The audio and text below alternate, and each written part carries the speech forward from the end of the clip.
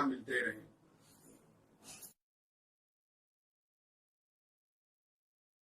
नमस्कार दोस्तों, धर्म रहस्य चैनल पर आपका एक बार फिर से स्वागत है। अभी तक आपने बहुत सारे अनुभव देखे हैं। इसमें आज जो हमें एक अनुभव प्राप्त हुआ है, यह अनुभव एक खुद भुक्तभोगी व्यक्ति का है, जिनकी बुआ ने काला जादू करवाया और उन्हें विभिन्न प्रकार के और भी जो अवांछनीय अनुभव हुए हैं, उसके संबंध में इनके पत्र के माध्यम से पता चला है। तो चलिए पढ़ते हैं इनके पत्र को और जानते हैं कि कैसे इनके जीवन में क्या घटित हुआ था। क्षमा करें गुरुजी, कल 20 मई को मैंने आपको ईमेल किया था। मैंने बाद में चेक किया तो पता लगा कि मेरा भेजा गया ईमेल आप तक ठीक से नहीं पहुंच पाया है। तो आज 21 मई को दोबारा आपको ईमेल भेज रहा हूं। गुरुजी, मेरा नाम रोहन है।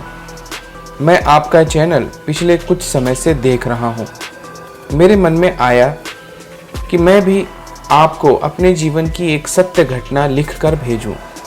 गुरुजी, ये सत्या बिल्कुल सत्य घटना मैं सिर्फ आपके चैनल को लिख करके भेज रहा हूँ। गुरुजी, मेरी भेजी जा रही सत्य घटना में थोड़ा सा 18+ मैटर हो सकता है, लेकिन मैं आपको सब कुछ ज्यों का त्यों लिख कर भेजूंगा, कुछ छुपाऊंगा नहीं, क्योंकि ये ज़रूरी भी है। जो मैंने और मेरी माँ ने तकलीफ भोगी है, वो दूसरे लोग ना भोगें। गुरुजी, पहले मैं आपको अपने परिवार के विषय में थोड़ा सा बता देता हूँ। मेरे पिताजी उत्तर प्रदेश से हैं, मेरी माँ नेपाल से। दोनों का प्रेम विवाह हुआ था।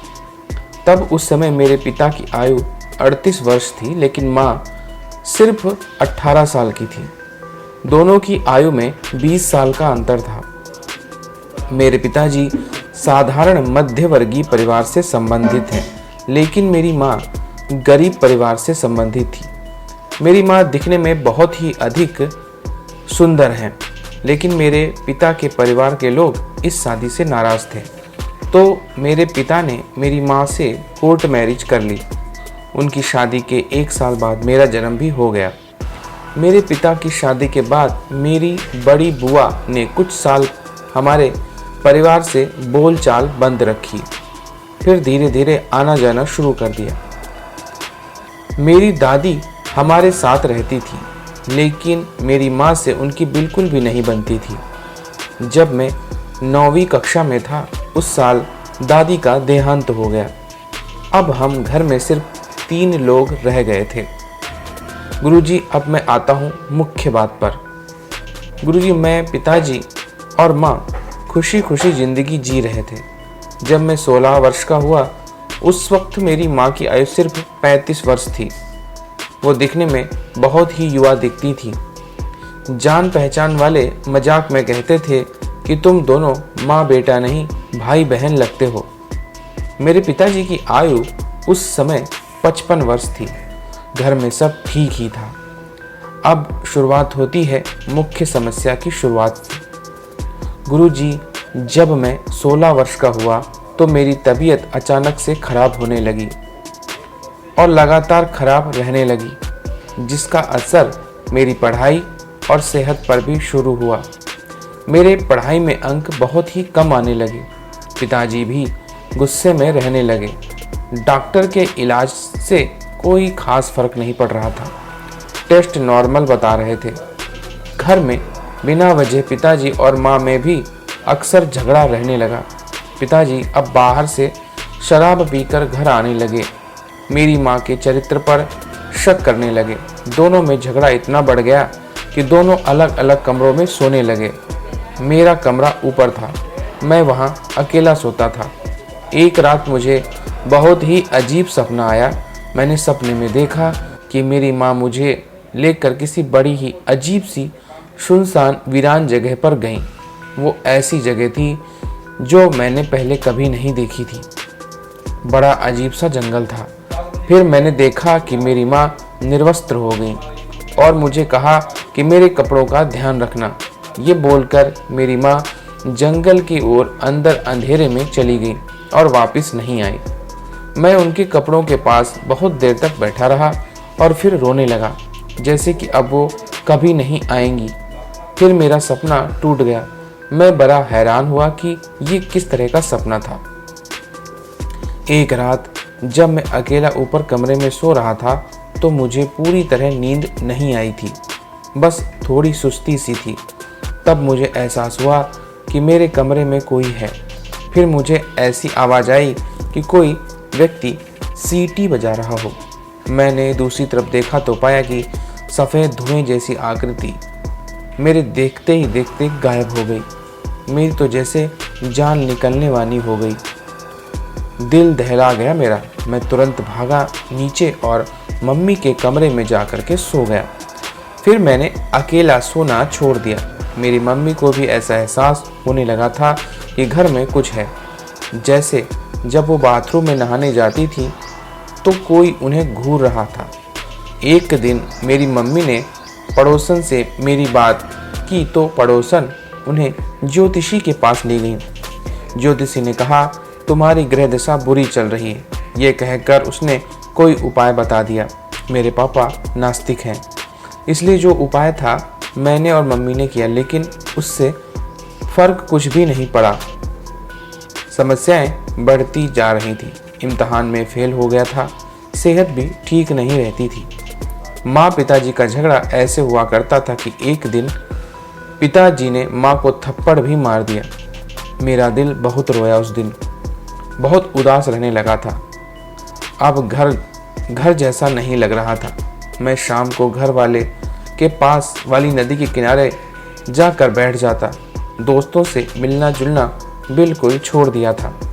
एक दिन किसी के जरिए मुझे और मेरी मम्मी को किसी छोटे मोटे भगत का पता चला। हम दोनों उससे मिले। उस भगत ने मुझसे अकेले में बात की। मैंने उसे सपनों के बारे में भी बताया जो मुझे अब अक्सर आने लगे थे। उस भगत ने मुझे बताया कि वो प्रेतनी है जो तुम्हारे सपनों में तुम्हारी मम्मी का रूप लेके आ जाती है। फिर उस भगत ने कहा कि मैं करता हूँ इसका इलाज। गुरुजी, समस्या में कोई फर्क नहीं पड़ा। हम उस भगत से 4 बार मिले, लेकिन वो समस्या दूर ना कर सका। फिर मेरी मम्मी को फेसबुक पर कोई बाबा टाइप का आदमी मिल गया। शुरू में तो मम्मी ने उस पर विश्वास किया, क्योंकि वो बाबा टाइप आदमी बातें बहुत बड़ी बड़ी करता था। लेकिन उस महाकमीने ने सिर्फ मेरी मम्मी का शोषण ही किया और मैं और मेरी मम्मी उम्मीद छोड़ बैठे थे। जो भी मिलता था सिर्फ और सिर्फ पैसे का लालची या हवस का पुजारी होता था। लेकिन गुरुजी, जब जो होना होता है तभी होता है। एक दिन मेरी एक दूर की मौसी मेरी मम्मी से मिलने आई। मेरी मम्मी ने उन्हें सारी बातें बताई तो मेरी मौसी ने उन्हें डांटा और कहा, ये सब तूने पहले क्यों नहीं बताया। फिर मेरी मौसी बोली कि उन्हें कोई सिद्ध साधिका जानती है। गुरुजी, मेरे पिताजी नास्तिक हैं।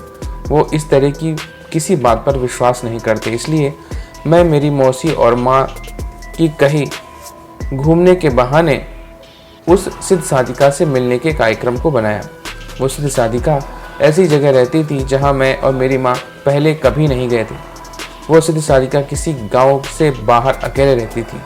वहाँ उनकी सहायक 3 से 4 महिलाएं और भी थीं। वो जगह बहुत ही शांतमयी थी। हमने उन्हें जाकर सारी बात बताई। उन्होंने सारी बात ध्यान से सुनी और कहा कि मुझे एक बार तुम्हारे घर आना होगा। तब हमसे कार्यक्रम बनाया कि जिस दिन पिताजी घर पर नहीं होंगे उस दिन मौसी इन साधिका को लेकर हमारे घर आएंगे। फिर एक दिन पिताजी दूसरे शहर गए हुए थे। उस दिन दोपहर के वक्त मौसी उन साधिका सहित हमारे घर पहुंच गईं। साधिका ने हमारा घर खुद देखा। हमें कहा कि उन्हें 2 घंटे के लिए अकेला छोड़ दिया जाए।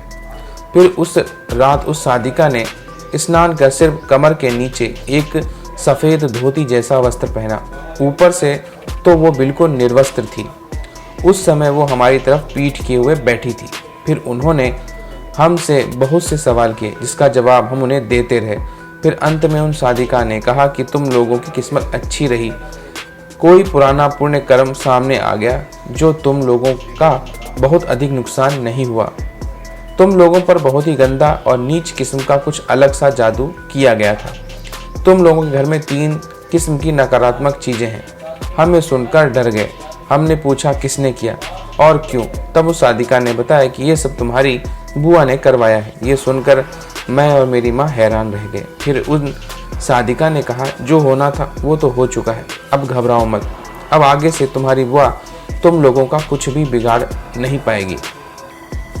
अब भविष्य में अगर तुम्हारा कोई बुरा करेगा तो तुम उसका ही बुरा हो जाएगा। इसके बाद सुबह उस साधिका ने हमारे घर भी कीलिन कर दिया और जाते जाते उस साधिका ने बताया कि तुम्हारी दादी की आत्मा भी तुम्हारे घर में घूम ही रही है। उनको भी मैंने तुम्हारे घर से विदा किया है। फिर मेरी मौसी के साथ वो साधिका चली गई।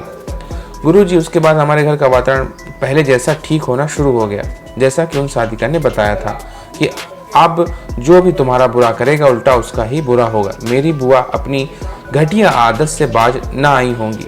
उसने फिर से कुछ बुरा करवाने की कोशिश की होगी, फिर इसका खामियाजा उसे ही भुगतना पड़ा। मेरे फूफा की अचानक हृदय गति रुकने से मौत हो गई। फिर मेरी बुआ का दामाद अचानक सड़क दुर्घटना में मारा गया।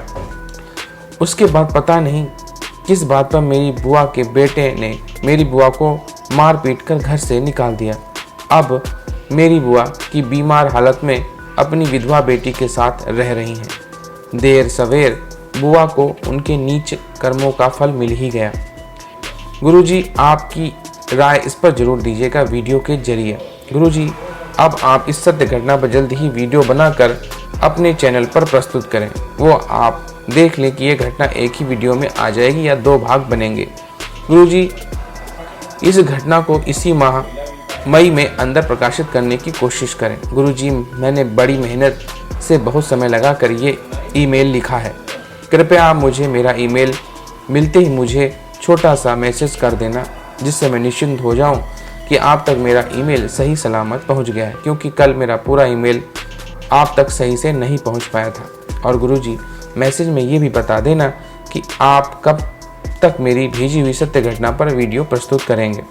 मेरे ख्याल से वीडियो का शीर्षक ये सही रहेगा, बुआ ने करवाया काला जादू और दादी की भटकती आत्मा।